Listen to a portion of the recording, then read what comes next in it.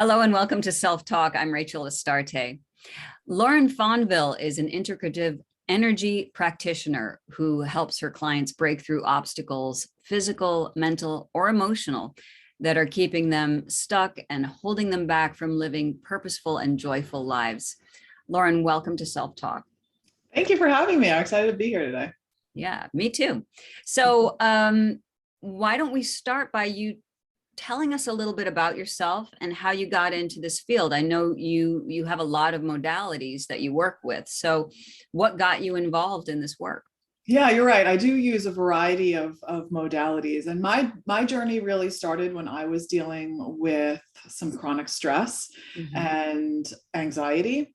And I found myself in a yoga studio. And reflecting back on that, whenever things got tough in my life, I would go to a yoga studio. And that particular day, there was a poster about yoga teacher training. And I went through my yoga teacher certification process. And that really opened the door to lots of different energy work for me. And I got certified in Reiki and started practicing meditation, journaling, and then eventually was introduced to EFT tapping. Right. And so using those modalities myself was really transformational. And, then I just kept going and got certified so that I could help other people. Yeah, that's beautiful. So where did the stress come from that got you to this point? Yeah. So when this all really, I guess, came to a head for me was right when we found out that my husband was going to deploy. He's in the military, and I had two young kids at the time. And just the thought of having to take care of them while going through the deployment myself, like we had gone through previous deployments, but that was before children. And so then there was just so much anxiety and worry, not only about the kids, but about him, about me being able to do it alone, living in a place where I really didn't have a support system.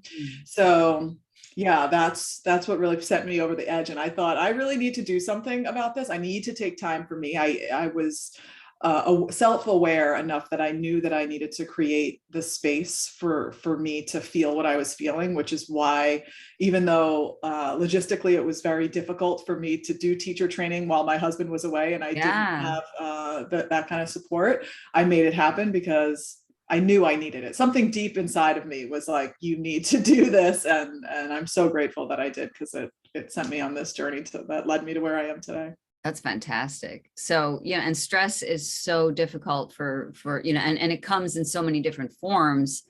But yeah, some kind of inciting incident like that said, I have to take care of myself. And you said you found yourself in a yoga studio. How did that come about? You just I had gone to yoga previously, sporadically, and like I was saying before, like in thinking back of the times that I would go to yoga, it was always when there was something going on in my life. And I just would be like, oh yeah, let's go to yoga. Or a friend would invite me to yoga. And then it would be like, oh, this feels so good. It feels so good to move in this way and have this meditative practice. Divine guidance maybe too, that just led me there when I needed it most. Right. So one of your areas of specialty is working with people. Is it women only mainly, or is it mostly women? Yes, mostly women. Okay, who have had a recent health diagnosis and all of the stress that goes along with that. Yeah. And you mentioned that there's a lot of emotional contributors to physical pain. Can you talk a little bit about that? Yeah, absolutely. So there definitely is a lot of emotional contributors to physical pain. That is, and I want to be clear that does not mean that the pain is not real. The pain is 100% real. Sure. It's just that I like to refer to it as stuffing, right? So when we experience things in our life, like emotions like anger, frustration, sadness, overwhelm, these are emotions that we as humans typically don't enjoy feeling, right? And so we stuff them down, right? We push them down. And then what do? We redirect our attention. We distract ourselves and do something else, right? And that can work for the short term. So, but eventually what happens is all of that stuffing is going to come to a head, and it's going to come out in some way. And sometimes it comes out by, lashing out at a loved one that doesn't necessarily deserve it. Right. Sometimes it comes out as physical pain. And I think that when I ask people, like, when you're experiencing stress, Yeah. where do you feel that in your body? Yes. Most Great people have an question. immediate answer. They have an immediate response to that. Oh, I feel it in my neck and my shoulders. I feel it in my lower back, or I get stomach aches, Right. but it's not, it's with any emotion that we have been repressing that can cause some pain. And so, working with clients to really acknowledge how they're feeling, the emotions that are coming up, and EFT tapping is a modality that I use a lot to really begin to explore what past events that are likely contributing to some of what's going on presently. Yeah, beautiful. So yeah, and you had mentioned that too. We were emailing a little bit about what you do, and how important it is to acknowledge how you're feeling in the present, and then that kind of opens the door to, well, where did this all come from? Right. Yeah. So sometimes you even address past trauma with Right. people. How often does that come up? Oh, it comes up a lot. I mean, I was recently working with a woman who was having just chronic pain in her shoulder, and I just started, asking lots of questions. What exactly does the pain feel like? And then she said that it felt like, a twisting or a choking, and that kind of gave her pause, because I guess she hadn't really thought of exactly how she would describe it. It was just, pain. Yeah. And then when I started asking her about when did the pain first start? Like, how long have you been dealing with this for? And then there was a moment of just like this look on her face of this connection that happened. And it was around the same time that she was leaving her husband, who happened to be abusive. And the combination of that was just like, wow, maybe there's a connection there. And she hadn't thought of that before. Wow. And so when you allow yourself to feel and allow yourself to really explore those things, that relief can come. And she did find some relief, immediate relief in doing that, going through the tapping process. Yeah, beautiful. And I know how effective that can be. There's something to be said, I think, for as you said, really paying attention to the body. Yeah. Because the body is where we hold everything. We don't think our feelings, we feel our feelings. And so the body is a great resource, and we don't use it. Yes. It's like, oh, I'm in pain, I'll take an aspirin, or I'll go see a chiropractor, I'll go do, this and that. And as though our body somehow is this shell that we carry, right? And that it doesn't really have, it's sort of this thing that we have to deal with. Right. No, 100%. And one of the phrases that I don't know where it came from, but that idea, like, if you listen to your body when she's whispering, you don't have to hear her scream. Right. And it's true, because the more, even with like a nagging pain, right? If you just like, keep press through it and keep going, it's most likely not just going to go away, even even though we want it to. It's not how it works. Maybe you need some rest. So yeah, learning how to really tune in and listen to what your body is telling you, asking your body what she needs, and giving yourself the opportunity to really feel your emotions. Because another thing I always say is, you got to feel it to heal it. That's right. Absolutely right. And and it's important too, as you just gave the case with your client who had never really considered where this shoulder pain was coming from until you sat down and talked with her. So we don't take that time, really, to say, well, wait a minute, let me sit down and really figure out, why does my back hurt? And when did it start? And what was going on in my life?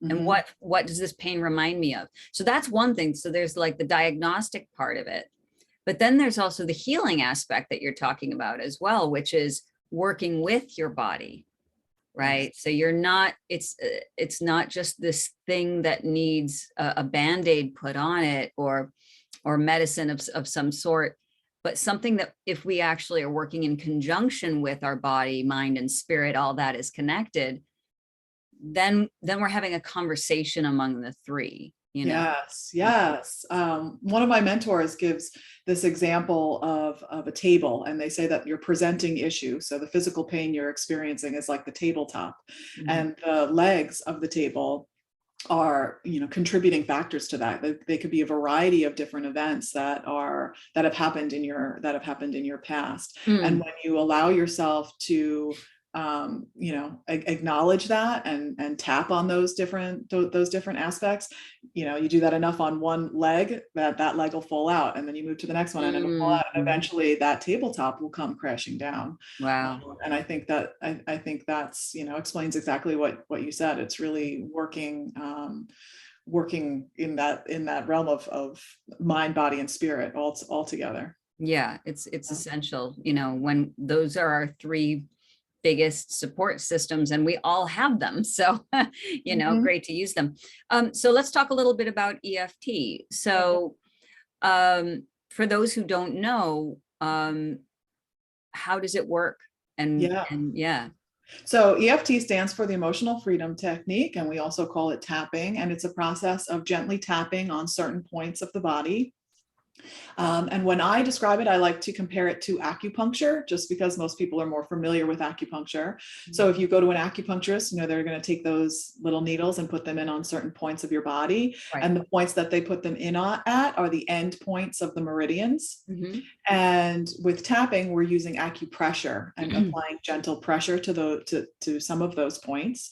And what is happening, what I love so much about tapping is that there is science behind it. There's studies that back it up.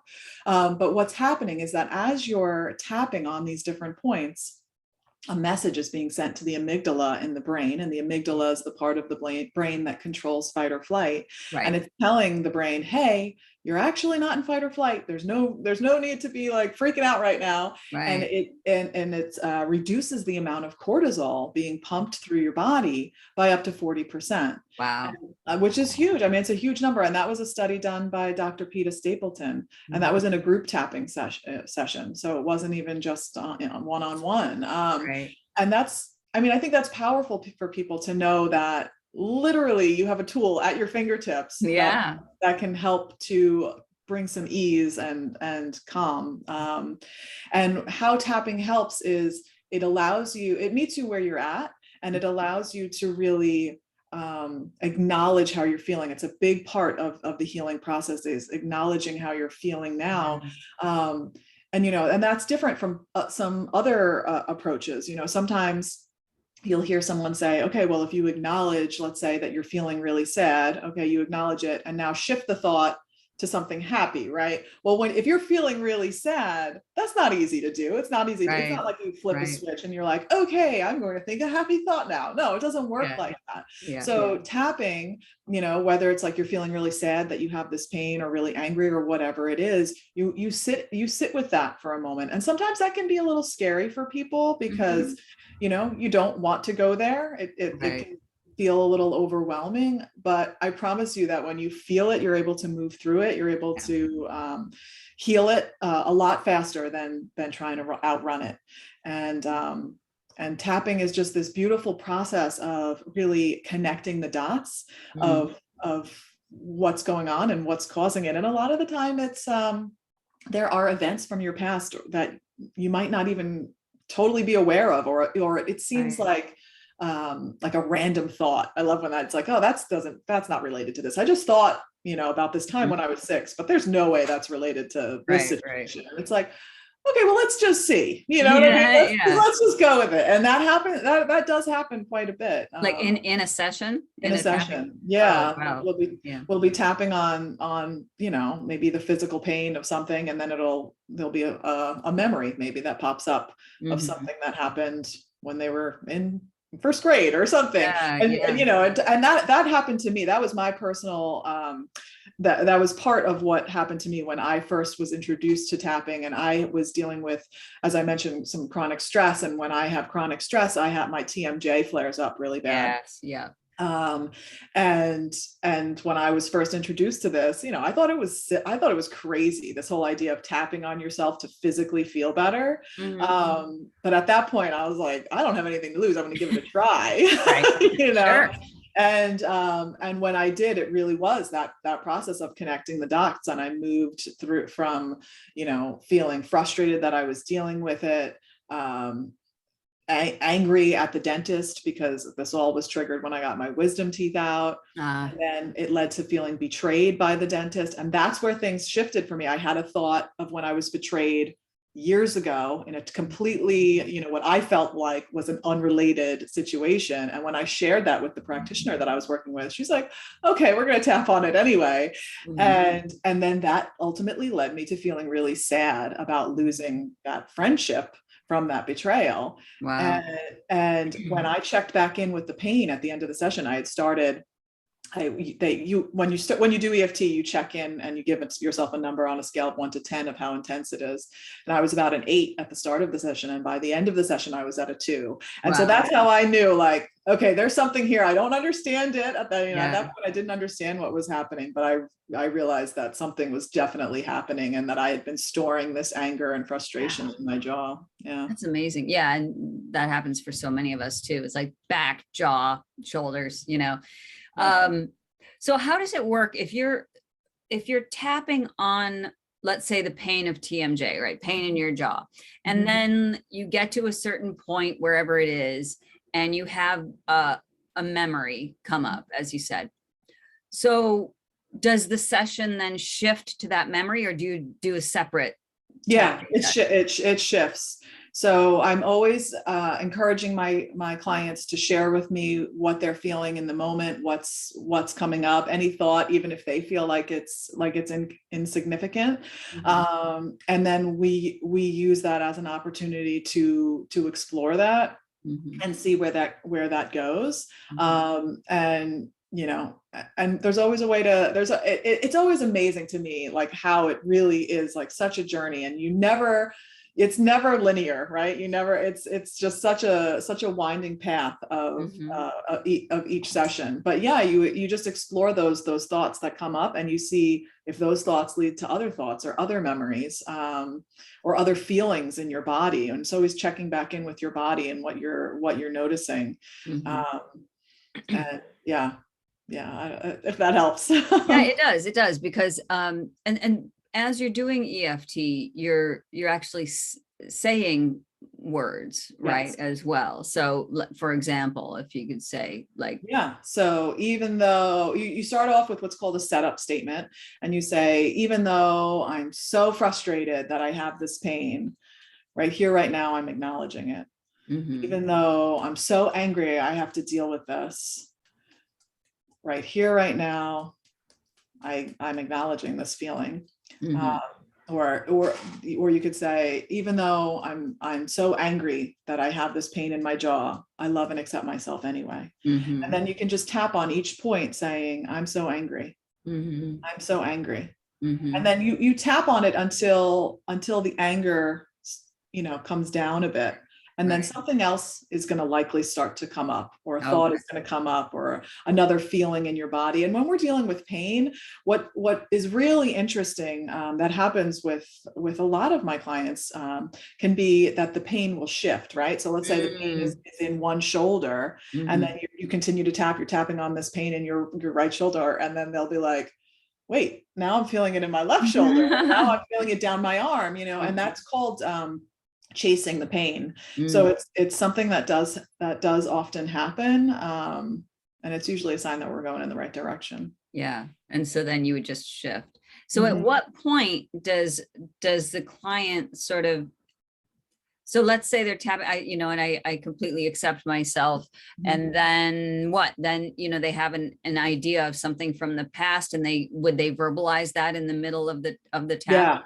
Yeah. Okay. And it's always my job as a practitioner to really reflect back the words that you're saying. That's when tapping can really be its most powerful, is when you're using words that really resonate with you.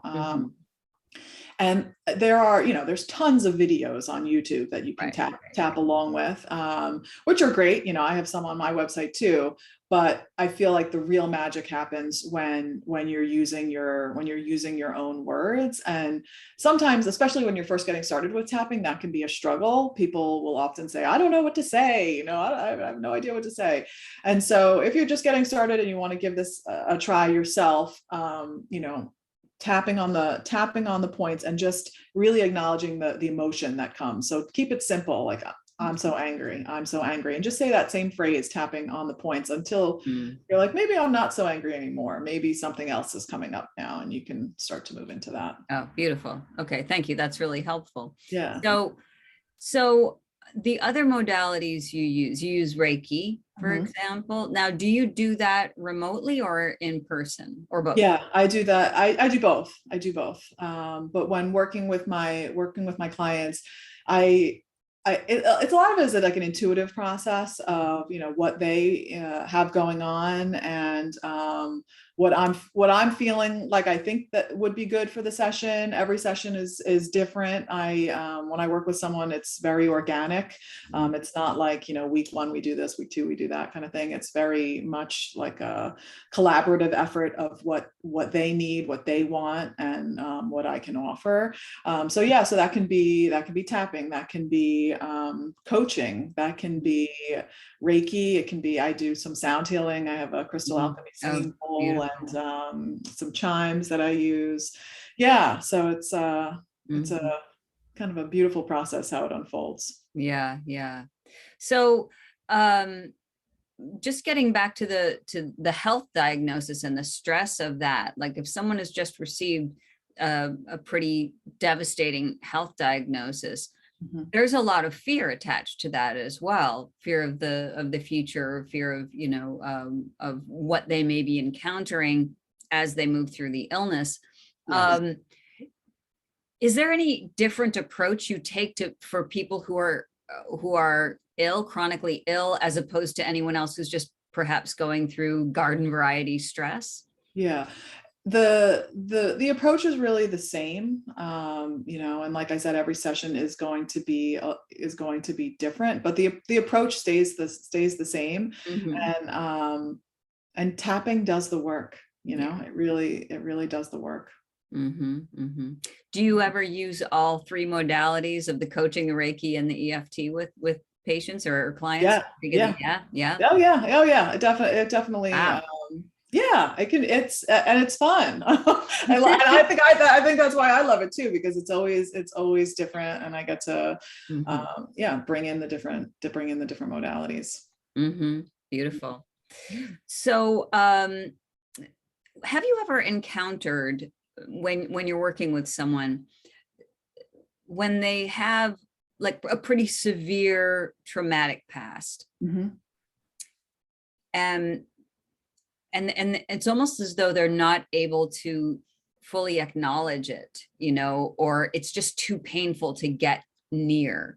Can these modalities still work with somebody who may not be able to really, like, they don't feel safe, right, go there? Yeah. Especially if it's new, if it just came up. Yeah, definitely. So in those types of situations, I would be drawn to tapping, and with tapping, it's like staying more global with the issue. And then when it feels safe, right? When it feels authentically good for you to move closer to it, then we do. And sometimes that can take a while. Sometimes, there are multiple sessions where you're staying on the global issues before you get more specific. And that's really how that specific modality works, is you start global and then you get more specific.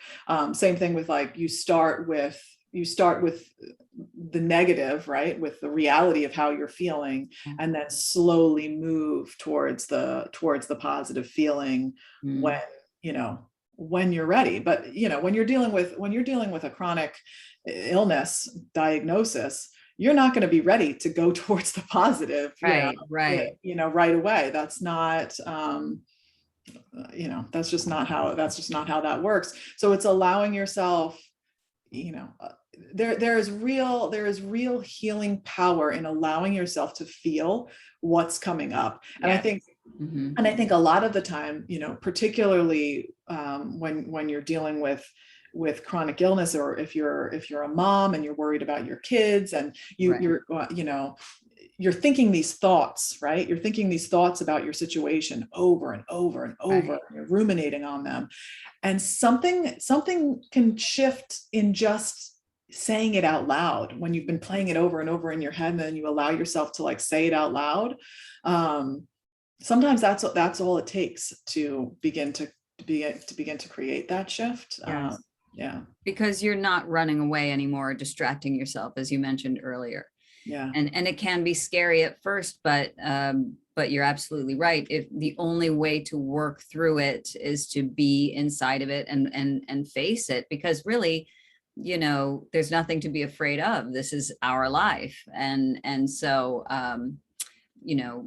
we are meant to be whole beings, no matter what we're going through. Yeah. So how many sessions would you say would a person need or want to have for a particular? I know it's probably a very general question, but I mean, so are you doing tapping the rest of your life? Are you doing tapping only as needed, or is it one and done? How does it work usually? I like to think of these different modalities as tools to keep in your toolbox. And I think that the more you practice them, the easier they are to use when you are in that state of, chronic stress or overwhelm. Because if you leave it just for those times where you're feeling stressed, it's harder. It's harder. Right. So it's always something that, like, incorporating it into your self-care routine. And even if that's just like, I'll tell people the best way, specifically with tapping, is like to attach it to something else that you already got going on. So a habit that you already have. So even if it's like, you take a minute or two in the shower when you're taking a shower every day, and you're just like, I'm just going to tap, just tapping and breathing is going to have that same impact of helping to calm you down. Okay, And then that's good to know. Yeah, that you can use when you are feeling overwhelmed. As far as the number of sessions, typically I would say at least 8. I like to work in chunks of like 8 sessions with someone, just because of that, the nature of starting globally and getting more specific. Right. I found that that's around there is usually the sweet spot. But yeah, it can vary for. And then they have the tools they can use as well. Right. Yeah. That's always my intention with my clients is to empower them to really be able to use these tools on their own, because I believe that we all have the answers within. We have our own medicine within. We just need to figure out what that is and what that looks like for us. And I like to think of myself as a guide for them as they're on this self-healing journey. Beautiful. So beautiful segue to the next question, which is, how can people reach you? Yeah. So if you are interested in learning more about this or more about this work, I do offer free consultations, and that they can find me and set up a time on talkwithlauren.com. And then my website is mindshiftwithlauren.com. Okay. So yeah, you can find me there.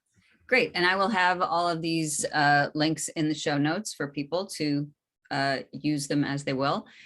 Lauren, thank you so much for being on Self Talk today. Thank you. This was so much fun. Thank you, Rachel. It was.